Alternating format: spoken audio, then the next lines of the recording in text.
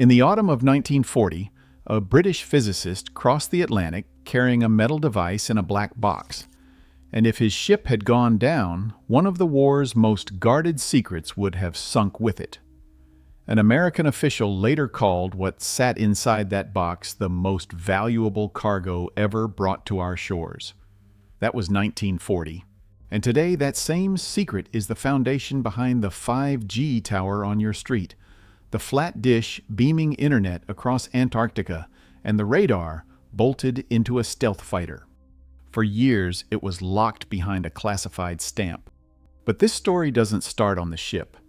It starts a few months earlier on a workbench at the University of Birmingham with a device barely the size of a hockey puck called the cavity magnetron. On the 21st of February, 1940, two physicists named John Randall and Harry Boot switched on a copper block they had drilled full of little resonant chambers, sat it inside a magnet, and watched it pour out more than 400 watts of microwave power at a wavelength of just under 10 centimeters. That number only lands if you know what radar looked like before Randall and Boot. Britain already had radar. Along its coast stood Chain Home, a line of tall, fixed towers that had been watching the skies since the Daventry experiment of February 1935, when Robert Watson Watt and Arnold Wilkins bounced a BBC shortwave signal off a passing Handley Page Hayford bomber and proved you could catch an aircraft with radio waves. By the start of the war, there were around 20 of these stations, picking up aircraft as far as 100 miles out, and their operators already leaned on a clever trick, spinning a dial called a radiogoniometer to electronically null out a blip and read off its bearing. That was a faint, early hint of pointing a signal by electronics rather than by muscle, and it would matter enormously later on. Chain Home helped the outnumbered RAF win the Battle of Britain, and Watson Watt built it on a philosophy he called the cult of the imperfect. Give them the third best to go on with, he said. The second best comes too late. The best never comes. But Chain Home had a problem. It ran at long wavelengths, so its antennas had to be enormous. Its picture was blurry, and there was no practical way to shrink it down and put it on an aircraft or a ship. Generating radar at short microwave wavelengths took a level of power nobody had figured out how to produce. That was the wall Randall and Boot walked straight through. Their magnetron made microwave power in a package small enough to fly, and almost overnight radar could be carried into the air, mounted on a warship's mast, and aimed at something as small as a submarine periscope. This is where the story takes a turn that even the men who built it didn't see coming. Britain had the invention, but what it didn't have was the industrial muscle to build the thing at scale while German bombers were flattening its factories. So that September, a scientist named Henry Tizard led a small delegation to the still neutral United States with a metal chest full of the country's deepest secrets. And inside it, packed like the crown jewels, was cavity magnetron number 12, carried personally by the physicist Taffy Bowen. Handing your single best weapon to a country that wasn't even in the war yet was, looking back, either incredibly brave or incredibly stupid. Not everyone was on board. Churchill's science advisor, Frederick Lindemann, thought giving the Americans the secret was a mistake and argued against it, but Churchill overruled him. When the British demonstrated the magnetron to American scientists on the 6th of October, it stunned the room because the little copper block put out roughly 100 times more microwave power than anything the Americans had, in a package you could hold in one hand. Within weeks, a new laboratory opened at MIT with a name chosen specifically to smother any curiosity. They called it the Radiation Laboratory, hoping that anyone who overheard would assume it was dull nuclear physics work, when it was nothing of the sort. The Rad Lab grew from about 30 people to nearly 3,900 at its wartime peak, and by the end it had designed close to half of all the radar the United States used in the war, built more than 100 different systems, and spent $1.5 billion doing it. I mean, think about that for a second. One metal chest carried across a U-boat-infested ocean seeded a laboratory that rivaled Los Alamos in scale. For a few years after the war, the technology went quiet. And that calm is very nearly where the story could have ended. Starting in 1947, the discoveries locked inside the RAD lab were deliberately opened up in a 28-volume set of engineering textbooks called the MIT Radiation Laboratory Series, published over the next 6 years and cleared by military censors on the way out. Publishing those volumes looked like ordinary post-war housekeeping, but it turned out to be one of the most consequential technology handoffs of the century.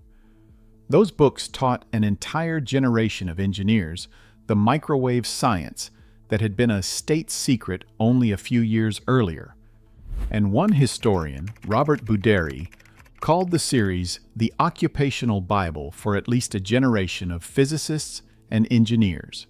And that is the irony sitting at the center of this whole story. Within a decade, the science behind that guarded secret was sitting on the open shelves of any university library, free for a student to check out. But here's the detail that gets lost in the usual telling. The magnetron gave radar its power. It did not give radar the one trick that everything after it would be built on, which is the ability to steer its beam without physically moving a single part. Picture a crowd in a stadium doing the wave. If everyone stands up at the exact right instant, the wave rolls smoothly around the stands in one direction. Now imagine you could control the timing of every person independently. By nudging who rises a fraction of a second early and who rises late, you could send that wave left or right or freeze it in place without anyone leaving their seat. Radar engineers worked out how to do the same thing with radio waves.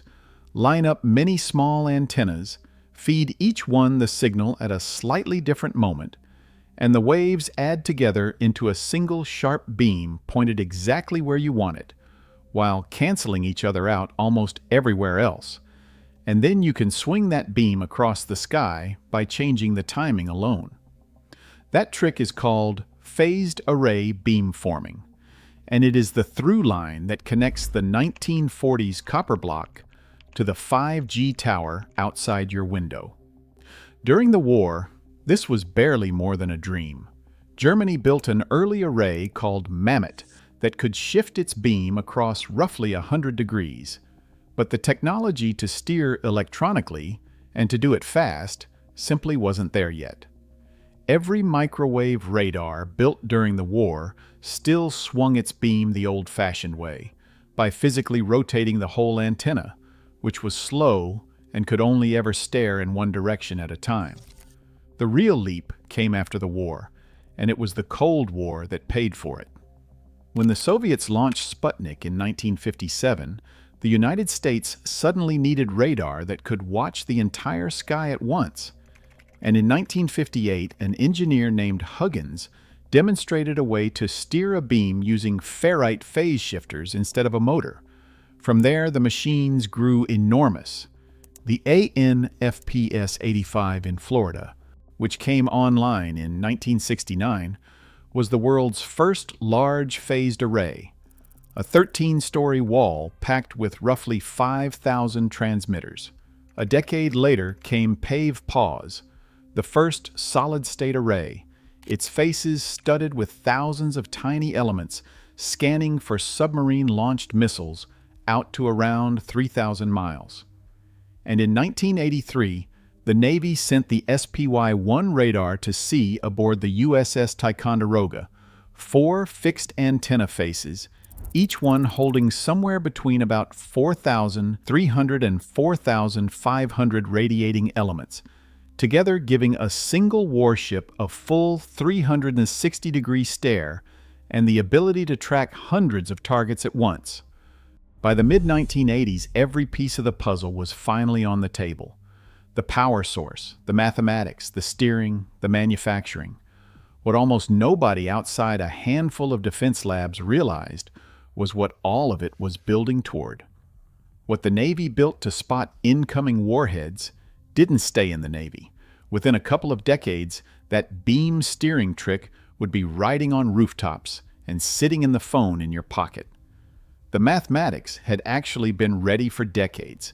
Back in January 1943, a Bell Labs engineer named Sergei Shelkonov published a paper called A Mathematical Theory of Arrays, laying out the equations for exactly this kind of beam control.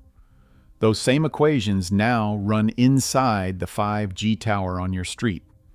A modern 5G base station uses what the industry calls massive MIMO, an array of dozens to well over 100 small antenna elements.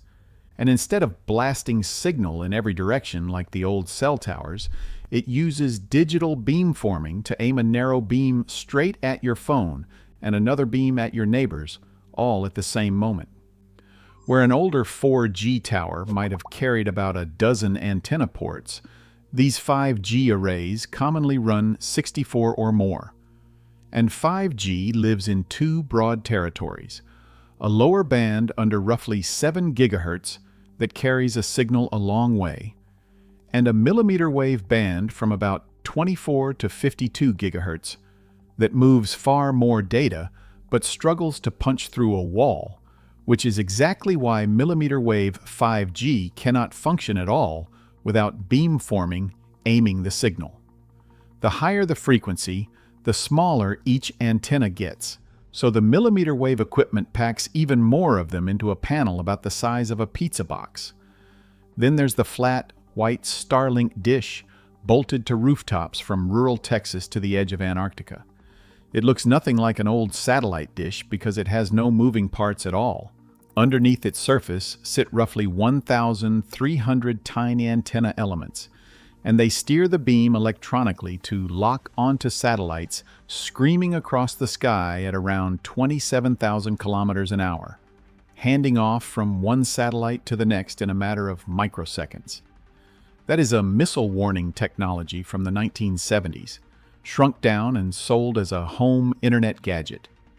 And the scale it reached is the part that still stops me. As of early 2026, 5G had passed 3.1 billion subscriptions worldwide.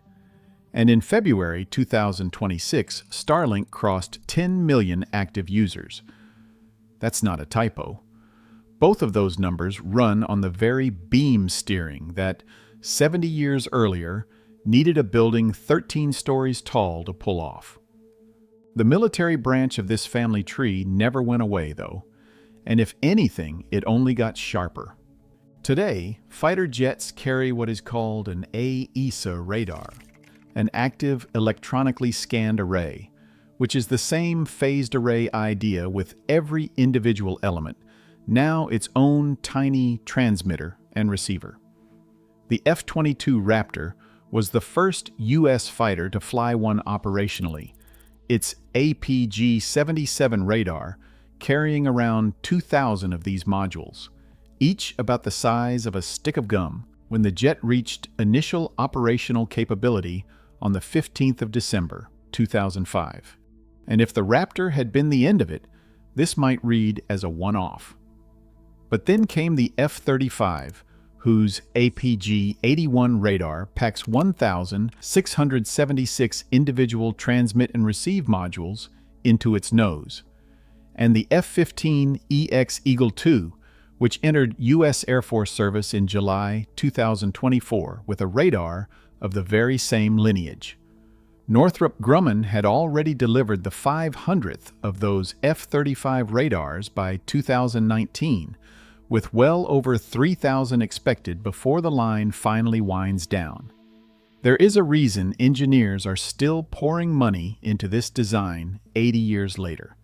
The latest wave, running from about 2023 into 2026, swaps the old semiconductor material for gallium nitride, which handles far more power in a smaller space and can roughly double how far a fighter's radar can see. The design now sits in Rafale jets in France, in South Korea's KF-21, and in India's homegrown Uttam radar. Which brings us back to that black box on the ship. That shipment would later be described in the official history of American wartime research as the most valuable cargo ever brought to our shores. And for once, the hype was earned. Nobody involved had any way of knowing how far it would travel. The device inside that box, a secret so sensitive it was stamped classified and guarded across an entire ocean, is now bolted to rooftops, buried in the networks behind billions of phones, and flying in the nose of nearly every frontline fighter on Earth. The war that made it ended 80 years ago. The technology it started is still steering the sky above your head right now.